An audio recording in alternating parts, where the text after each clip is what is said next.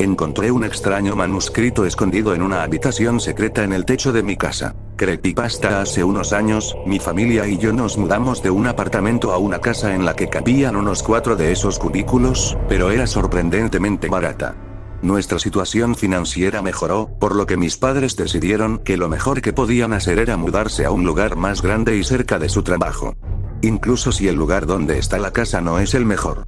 La historia en sí no es sobre mí, pero necesito dar el contexto para que entiendas lo incómodos que nos sentimos al leer todo esto, y ni siquiera sabemos cuándo sucede, ya que la casa es más antigua que las edades de mis padres juntas. Después de unos años de vivir aquí, mis padres decidieron hacer una reforma más completa, y empezaron a ocuparse más de cosas exteriores, como cambiar la cancela, cambiar la pintura de las paredes y también arreglar los azulejos. Después de unos 20 días de renovaciones, mi padre decidió subir al techo y reemplazar los techos rotos e instalar algunos que faltaban debido a una tormenta reciente. Hasta ahora, poco. Este tipo de casa en la que vivimos tiene el techo muy alto, por lo que después del techo visible por dentro, todo es hueco por dentro, sostenido por vigas de madera, y este vacío también es necesario porque el tanque de agua está dentro. Al quitar los azulejos de ciertos puntos hacia la parte trasera de la casa, mi padre notó que había algo parecido a un cuarto pequeño, separado del tanque de agua por una pared de madera, un cuarto que estaba completamente polvoriento y donde vivían algunos murciélagos. No había mucho allí, ya que el techo no podía soportar muebles grandes, así que había una lámina delgada, un pequeño banco de madera, una mesa, y encima varios papeles con algo escrito a mano, letra legible, pero parecía escrito con prisa, como si quien lo escribió quisiera terminarlo lo más rápido posible, y realmente, eso era todo. No era un texto con título, aparentemente era una historia. ¿Real?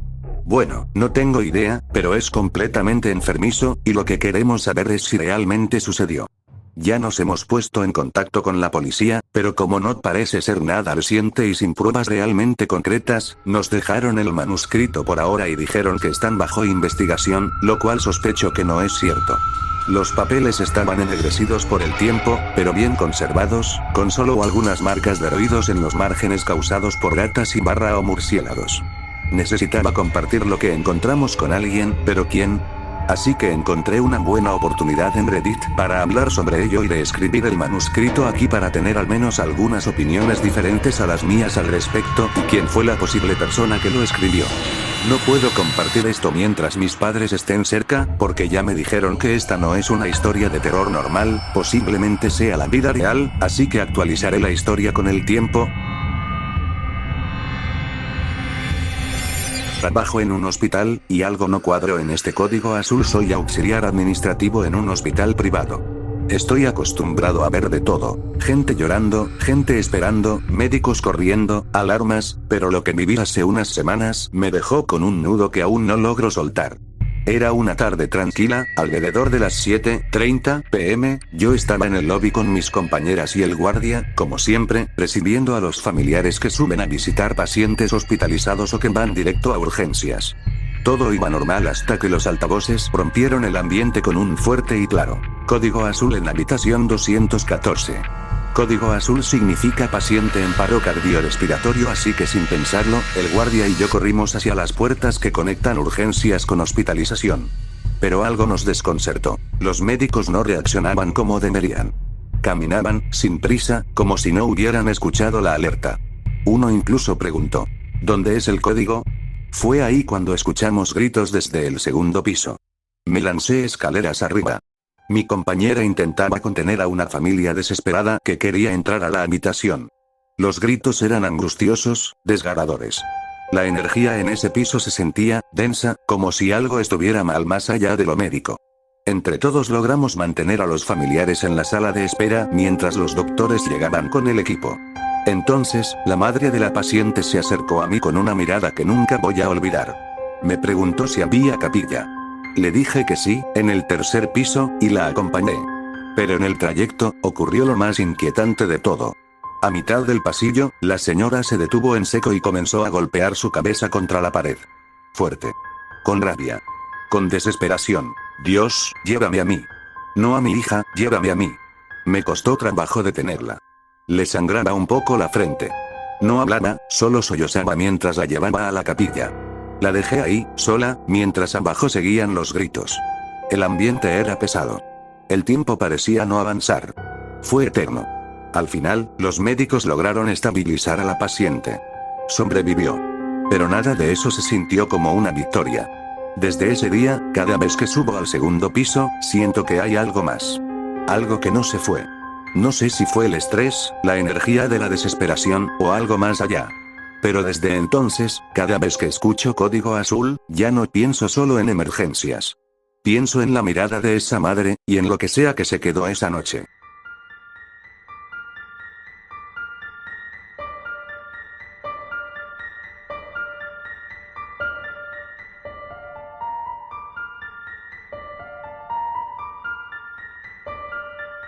La entidad que acecha en la oscuridad. Relato. Hola, buenas noches, mi nombre es Víctor Celso, soy nuevo aquí y quería compartirles algo que me pasa desde niño. Estoy siendo perseguido por una entidad de niño, no puedo explicar si es realmente un niño, ella siempre está en la oscuridad, toda de negro y con cadenas alrededor de su cuerpo, siempre anda gateando tratando de tocarme, y cada vez que me doy cuenta que está ahí, desaparece de la nada. Quería saber si alguien sabe a lo que me refiero, esto me ha llegado.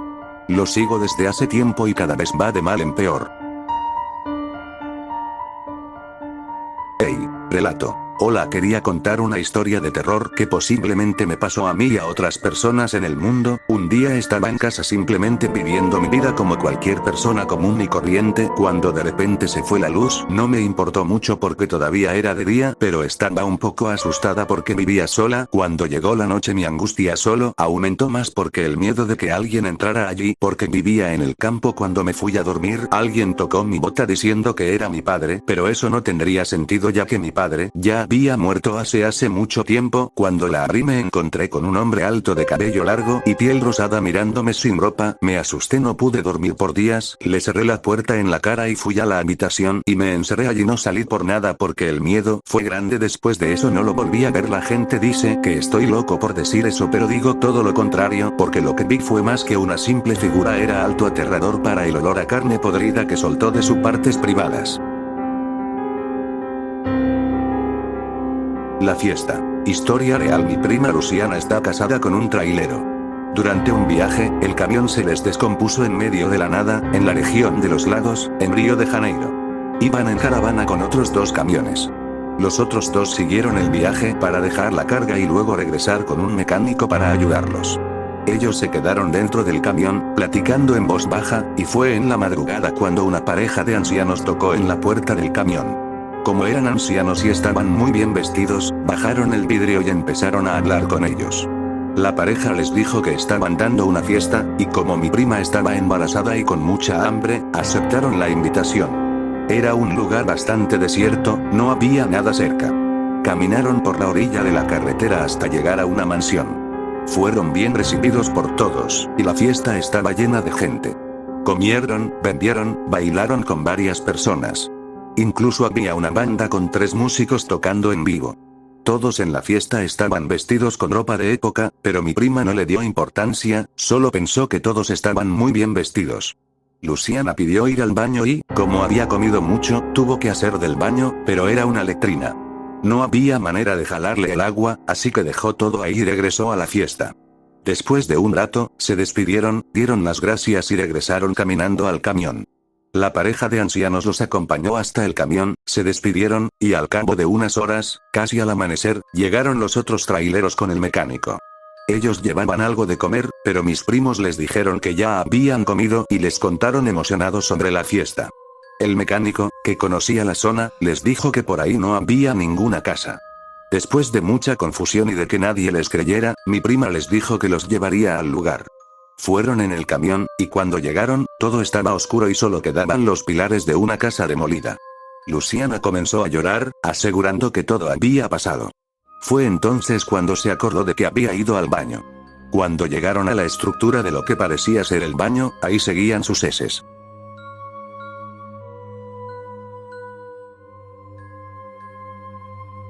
A la hora de dormir, Creepypasta abre los ojos lentamente. Se apoya en los codos y se levanta un poco. Mira alrededor del cuarto oscuro. ¿Qué sueño tan raro?, piensa. No hay ningún ruido, no hay nadie más que él, nada, solo él y ese desorden que le dejó el sueño raro, aún fresco en su memoria. Pero no es solo confusión lo que siente. Miedo. Eso era. Miedo. Siente un escalofrío en la espalda. Mira la puerta. Está cerrada. Se vuelve a acostar, cierra los ojos e intenta obligarse a dormir. No puede. El miedo se mete en su cuerpo, la desesperación se empieza a apoderar de él. Pero se mantiene firme, decidido a quedarse en la cama y dormir. En realidad, le daba miedo levantarse y enfrentar lo que sea que estuviera allá afuera, fuera de su cuarto. ¡Qué tontería! No hay nada ahí, pensó. Como no lograba quedarse dormido, decidió pensar en el sueño. Todavía podía verlo en su mente con claridad. Estaba en un claro, hacía viento, los árboles y el pasto se movían con fuerza, el cielo estaba nublado, iba a llover. En el sueño, él veía cómo el viento movía los árboles y el pasto, mientras temía la lluvia que venía casi todo el tiempo. Entonces, volteaba hacia atrás y lo veía, entre los árboles. Una figura completamente negra, con ojos blancos, mirándolo fijamente. Y entonces, el sueño terminaba. Es solo un sueño, pensó. De verdad quería volver a dormir, pero simplemente no podía. Trató de sacar el sueño de su mente y pensar en otra cosa. No pudo. No dejaba de pensar en la figura negra que lo miraba con atención. Abrió un poco los ojos, como si le diera miedo que algo se diera cuenta de que seguía despierto. Vio la puerta, cerrada. Mantuvo la mirada fija en la puerta de madera oscura, como si esperara que se abriera de repente. Pero no pasó nada. Todo eso era ridículo, pensó. Cerró los ojos de nuevo, intentando con todas sus fuerzas no pensar en nada y finalmente quedarse dormido. Se quedó unos minutos así, inmóvil, acostado. Poco a poco se fue calmando. Nada de eso existe. Solo son sueños raros. Fue entonces cuando se le vino a la mente el rostro de Daniel. Daniel, su mejor amigo desde segundo de primaria. Se acordó de su risa, de cuando pasaban las tardes en casa, de alguno viendo caricaturas tontas en la tele. De cuando eran adolescentes, sentados en las bancas de la escuela, aburridos, escuchando el monólogo largo y lento de la maestra, hasta que se veían y, sin razón, se empezaban a reír. Pero fue un recuerdo en específico el que lo golpeó. Se acordaba bien de esa noche. Fue en unas vacaciones. Se había quedado a dormir en casa de Daniel. Tenían como 12 o 13 años. Estaban sentados en el sillón. Los papás de Daniel ya se habían dormido. Ellos cambiaban de canal buscando algo interesante, sin éxito. Fue cuando Daniel se quedó anormalmente callado. Él siempre hablaba mucho, y cuando se quedaba callado, su amigo se daba cuenta de que algo pasaba. Daniel lo miró, serio. «Tú siempre vas a estar conmigo, ¿verdad?», le preguntó. «Claro que sí. Soy tu amigo, menso, siempre voy a estar contigo». Daniel lo miró de una forma extraña. «Yo sé que siempre vas a ser mi amigo». Habló de otra cosa. Se dio cuenta de que estaba llorando. Ya había pasado un mes desde que encontraron a Daniel. Recordó cuando le dieron la noticia. Sintió que el mundo se le venía abajo. Era como si hubiera perdido una parte de sí mismo. La vida perdió sentido. Se hundió en la tristeza. Se volvió alguien callado, que no sentía nada más que melancolía y nostalgia. No podía dormir bien, los días se sentían eternos, había dejado de hablar con las personas. Solo quería de vuelta a su amigo. Fue entonces que se quedó dormido, entre lágrimas y recuerdos de años de amistad. Durmió tranquilo, uno de los pocos momentos en los que su mente por fin descansaba. No supo cuánto tiempo pasó, pero en algún momento despertó por un breve instante. No estaba pensando bien, y aunque estaba despierto, se sentía como si siguiera soñando. Abrió los ojos, miró el techo blanco por unos segundos y luego volteó a ver la puerta. Estaba entreabierta. Afuera había algo. Una figura alta. La misma del sueño. Ojos blancos lo miraban fijamente. Él miró a esa cosa, sin entender. Pero esta vez, no sintió miedo, sino una extraña sensación de consuelo. No podía procesar bien lo que veía, solo se quedó viendo a la figura un momento, hasta que cerró los ojos otra vez y se durmió. Cuando amaneció, despertó. Se levantó, acomodó su cama y se cambió de ropa. Fue cuando, al tocarse la cara, sintió su rostro mojado cerca de los ojos. Recordó la noche anterior. Se volteó y miró la puerta. Estaba completamente abierta. Y gritó. Conexión perdida. Creepypasta. Giselle tenía 18 años y vivía más en internet que en su propia vida. Mientras el mundo exterior giraba a un ritmo que ella no podía seguir, el universo digital era su verdadero hogar, donde nadie la juzgaba, nadie la presionaba y donde ella podía simplemente ser ella misma. Jugué todos los días. Juegos de rol, FPS, no. Pero su favorito era un juego oscuro y misterioso llamado Realm of Shadows, donde el escenario era un reflejo perfecto de lo que sentía por dentro, aislada pero viva. Fue allí, en medio de una mazmorra que parecía un castillo maldito, donde conoció a Enrico. Su apodo, Gosknik 23. Era diferente a los demás jugadores. No era el tipo que enviaba emojis de fuego a todo, ni era un imbécil en el chat. Enrico era amable, inteligente y siempre parecía saber qué decir. Mayores que ella, 23 años, pero con los mismos gustos, el mismo humor ácido y el mismo peso invisible sobre los hombros. En las primeras semanas solo hablaban durante los partidos. Luego, migraron a Discord. A partir de entonces, el mundo real de Giselle empezó a desaparecer por completo. Hablaron de todo: miedos, traumas, sueños, música, incluso las películas que querían ver juntos. Hicieron llamadas de voz durante las primeras horas de la mañana, compartieron silencios que no parecían extraños, fue una conexión fuerte y poco común. Real. Tan real que Giselle se puso a dormir con el celular cargándose junto a la almohada, esperando escuchar la notificación de Enrico que decía estoy en línea o me desperté pensando en ti. Cuando llevaban 7 meses hablando, él la llamó su novia. Ella dijo sí con los ojos llorosos. Entonces surgió la idea: conocernos en persona. Vivían en estados vecinos. No fue imposible. Acordaron encontrarse en un centro comercial en una ciudad en el camino. Giselle se arregló el cabello, se puso su mejor blusa negra, la que siempre usaba en los selfies que le enviaba, y se fue con el corazón explotando en el pecho. Llegó temprano. Dijo que estaba en camino. 1 hora. 2. 3. Nada. Sin mensajes. Sin conexión. El sol se ha puesto. El centro comercial cerró. Su corazón se rompió.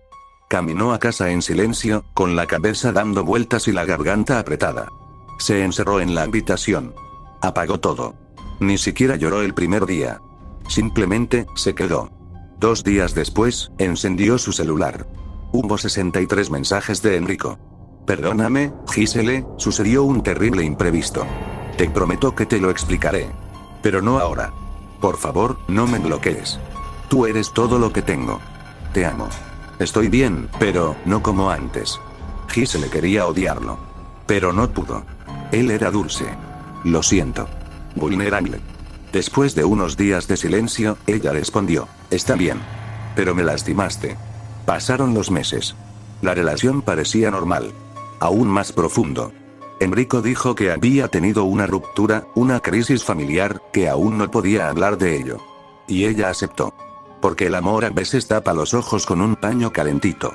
8 meses después, Giselle ya no soportaba verlo en la pantalla. Insistió en una nueva reunión. Dudó, se sentía extraño, pero estuvo de acuerdo. El nuevo día caminó con las manos sudando y el corazón dividido entre la expectación y el miedo.